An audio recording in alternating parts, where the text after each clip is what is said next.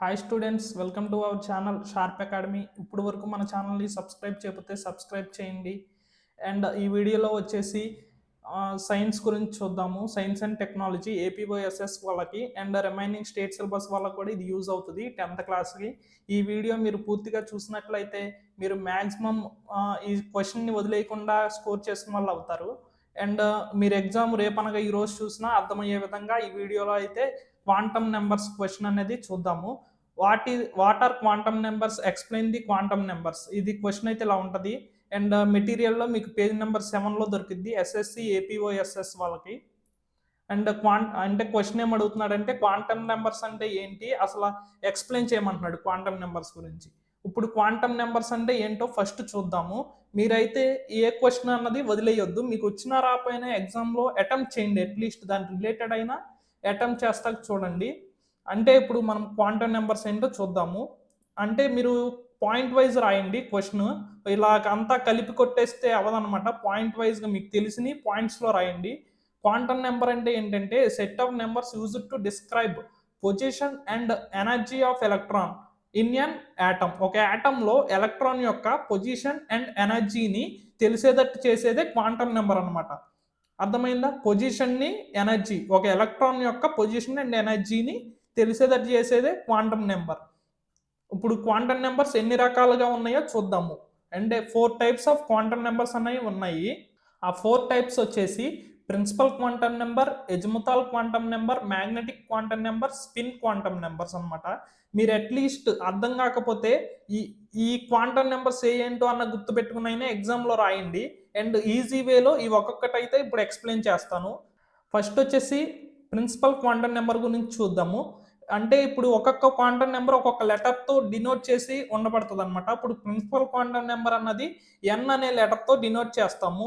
It tells about principal shell of the electron. Electron యొక్క principal shell. Principal shell అంటే మీరు ఇక్కడ replace చేయొచ్చు ఎనర్జీ. అంటే ఒక ఎలక్ట్రాన్ యొక్క ఎనర్జీని డిస్క్రైబ్ చేస్తుంది. అంటే ఎలక్ట్రాన్కి ఎంత ఎనర్జీ ఉంది, ఏ లెవెల్ షెల్లో అయితే ఎలక్ట్రాన్ ఉందో అది డినోట్ చేస్తుంది అనమాట. It describes the probability distance from nucleus. ఇప్పుడు సపోజ్ అంటే డిస్టెన్స్ని డినోట్ చేస్తుంది. న్యూక్లియస్ నుండి ఎలక్ట్రాన్ ఎక్కడైతే ఉందో అదైతే డినోట్ చేస్తుంది. నేను ఒకసారి మీకు ఇమేజ్ రూపంలో చూపిస్తాను. ఇది న్యూక్లియస్ అనుకుంటే, ఇప్పుడు ఈ గ్రీన్ కలర్ది న్యూక్లియస్ అనుకుంటే ఇలా షెల్స్ అనేవి ఉంటాయి అనమాట.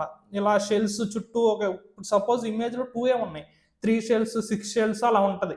ఒక్కొక్క షెల్లో ఉన్న ఇవి బ్లూ కలర్ ఎలక్ట్రాన్స్ అంటారనమాట. ఇప్పుడు ది ఫస్ట్ షెల్లో ఉంటే దానికి ఒక ఎనర్జీ ఉందన్నట్టు, లాస్ట్ సెల్లో మధ్యలో షెల్లో ఉంటే దానికి ఒక ఎనర్జీ, ఆ ఎలక్ట్రాన్ యొక్క ఎనర్జీని డిస్క్రైబ్ చేస్తుంది.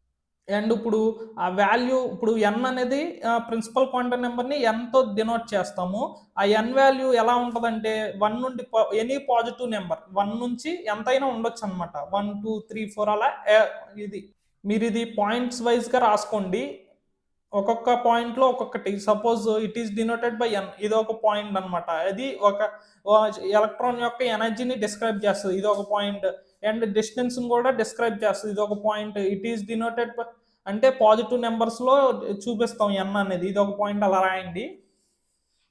ఇప్పుడు ఎజిముతాల్ క్వాంటమ్ నెంబర్ గురించి చూద్దాము. It is denoted by L. L అన్న లెటర్తో ఎజిముతాల్ క్వాంటమ్ నెంబర్ని డినోట్ చేస్తాము. It is called by orbital angular momentum quantum number అని కూడా పిలుస్తారు ఎజిముతాల్ క్వాంటమ్ నెంబర్ని. It describe the shape of the orbital. Shape of the orbital describe చేస్తుంది azimuthal quantum number అనేది. It value starts from 1 less than principal quantum number. Suppose principal quantum number 1 అని ఉంటే n-1 అన్నది తీసుకుంటుంది. ఇది n మీద depend అయి ఉంటుంది. ఎల్ వాల్యూ వచ్చేసి n-1 అనమాట. ఇప్పుడు ప్రిన్సిపల్ క్వాంటమ్ నెంబర్లో 3 అనేది ఉంటే ఇక్కడ 3 n ప్లస్లో 3 రీప్లేస్ చేసి 3-1 అన్నది రాయాలి.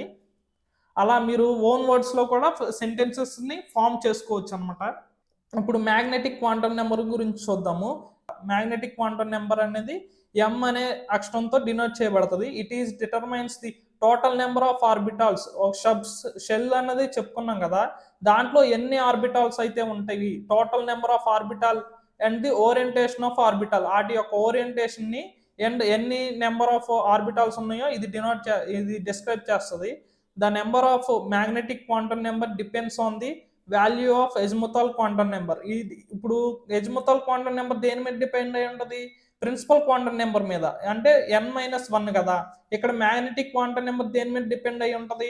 ఎజిముథాల్ క్వాంటమ్ నెంబర్ L. ఇప్పుడు మ్యాగ్నెటిక్ క్వాంటమ్ నెంబర్ దేనితో డినోట్ చేస్తాం? m అన్న లెటర్తో డినోట్ చేస్తాం. m కింద L పెడతాం అనమాట దీనికి. అంటే -1 నుండి +1 వరకు ఎంతైనా ఉండొచ్చు దీని వాల్యూ వచ్చేసి.